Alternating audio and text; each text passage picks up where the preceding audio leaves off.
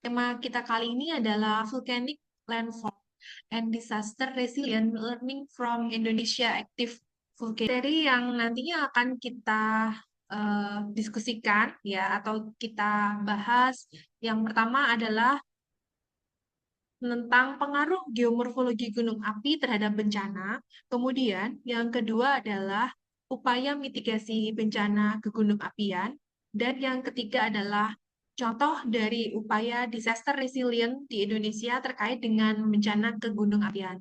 Namun tidak menutup kemungkinan jika nanti dari para peserta juga akan berdiskusi terkait tema-tema kegunung apian yang lain.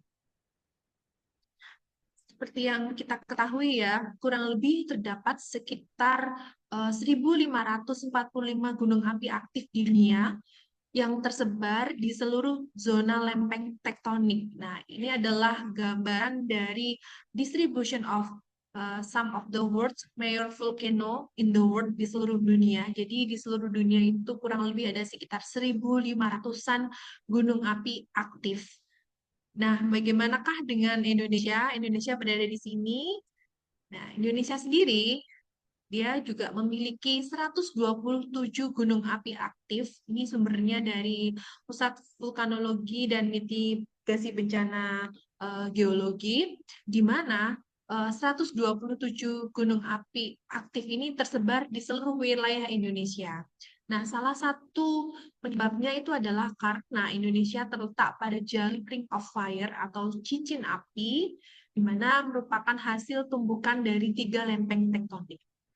127 gunung api aktif ini berdasarkan klasifikasi dari PVMBG mengklasifikasikan menjadi 3 tipe, yaitu ada tipe A, tipe B, dan tipe C. Nah, tipe-tipe ini bagaimana bisa diklasifikasikan? Tipe-tipe A, B, dan C ini diklasifikasikan berdasarkan dari history of eruption atau sejarah dari letusan. Berdasarkan data dari PVMBG sendiri, tipe A ini terdapat 76 gunung api aktif dengan tipe A, di mana tipe A ini merupakan catatan sejarah letusan sejak tahun 1600. Jadi berdasarkan sejarah letusannya itu sejak 1600 dia tercatat terjadi letusan. Kemudian tipe B ini berjumlah 30 dengan catatan sejarah letusan sebelum tahun 1600. Sedangkan tipe C sendiri itu berjumlah 21 gunung api dengan tidak ada catatan sejarah letusan, tetapi masih memperlihatkan jejak aktivitas vulkanik seperti ada asap solfatara atau fumarole. Nah, jadi kalau kita lihat di sini ya, jalur gunung api itu kurang lebih sepanjang 7.000 km dari Sumatera, Jawa, Bali, Nusa Tenggara, Banda, Halmahera hingga menuju Sulawesi Utara. Dan kurang lebih ada sekitar 4,5 juta penduduk atau masyarakat Indonesia sendiri itu tinggal di daerah rawan bencana. Kemudian kita akan mempelajari tentang konsep geomorfologi gunung api ini. Bagaimanakah kaitannya antara geomorfologi dan juga gunung api seperti itu. Geomorfologi sendiri itu merupakan suatu ilmu tentang bentuk permukaan bumi serta proses pembentuknya. Nah, kemudian geomorfologi gunung api sendiri ini merupakan salah satu cabang dari ilmu geomorfologi yang mempelajari bentuk, kemudian juga struktur dan proses pembentukan gunung api serta dampak terhadap bentukannya. Nah, jadi gunung api sendiri itu juga merupakan hasil akumulasi dari material erupsi. Bagaimanakah mekanisme dari aktivitas gunung api? Jadi aktivitas gunung api itu sendiri kita bagi menjadi dua. Yang pertama yaitu secara ekstrusif dan yang kedua secara intrusif. Nah, intrusif itu apa? Intrusif itu merupakan pergerakan magma yang tidak sampai ke permukaan bumi dan magmanya langsung membeku di dalam bumi. Biasanya disebut sebagai aktivitas intrusi. Nah, batuannya itu biasanya disebut sebagai batuan intrusi. tidak terlalu juga berkonotasi dengan aktivitas gunung api. Hanya intrusi dangkal seperti eh, lakolit, lapolit, sil, seperti itu. Sedangkan ekstrusif sendiri itu adalah aktivitas ketika magma itu berhasil menerobos celah-celah dari vulkanik dan mencapai permukaan bumi, di mana aktivitas ekstrusif itu sendiri dia bisa menjadi dua tipe. Yang pertama adalah explosive eruption dan yang kedua adalah effusive eruption.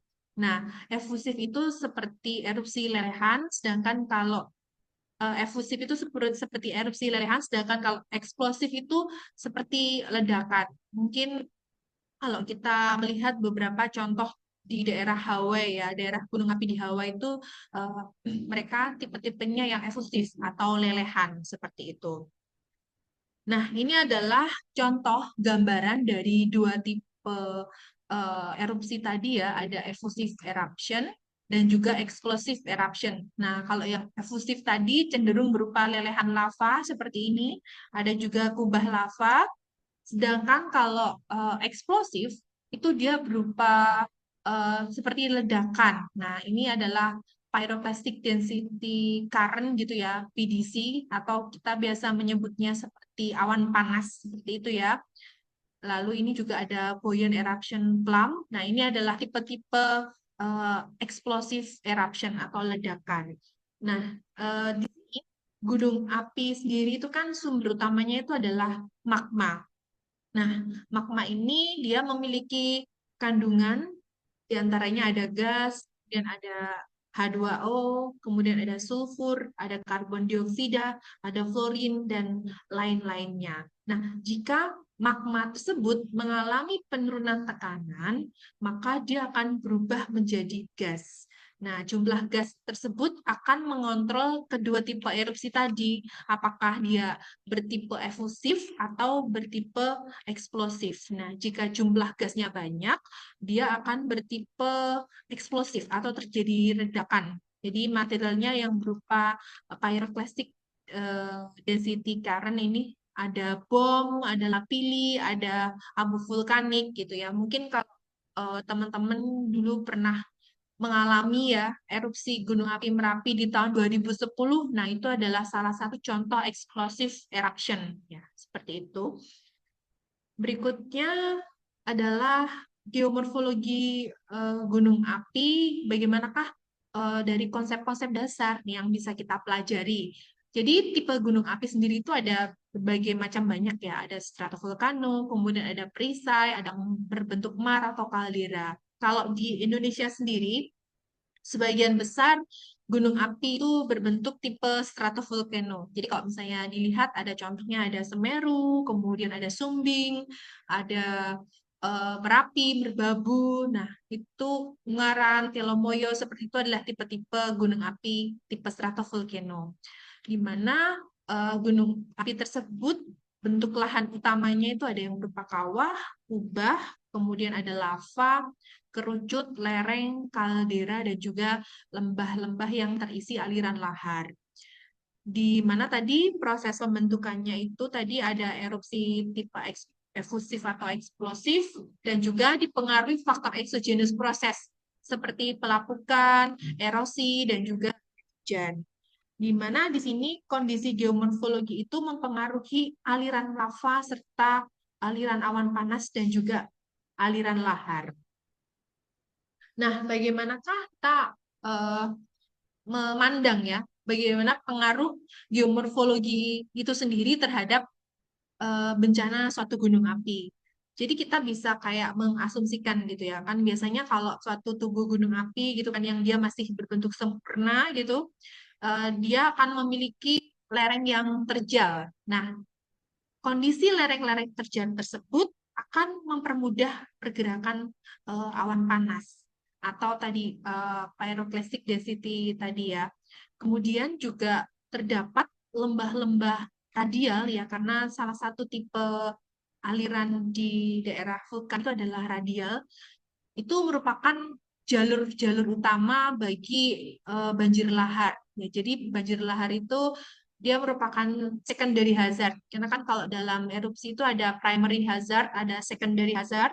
Kalau yang primary hazard itu ada awan panas, abu vulkanik dan lain sebagainya, sedangkan secondary hazardnya itu ada salah satunya adalah banjir lahar.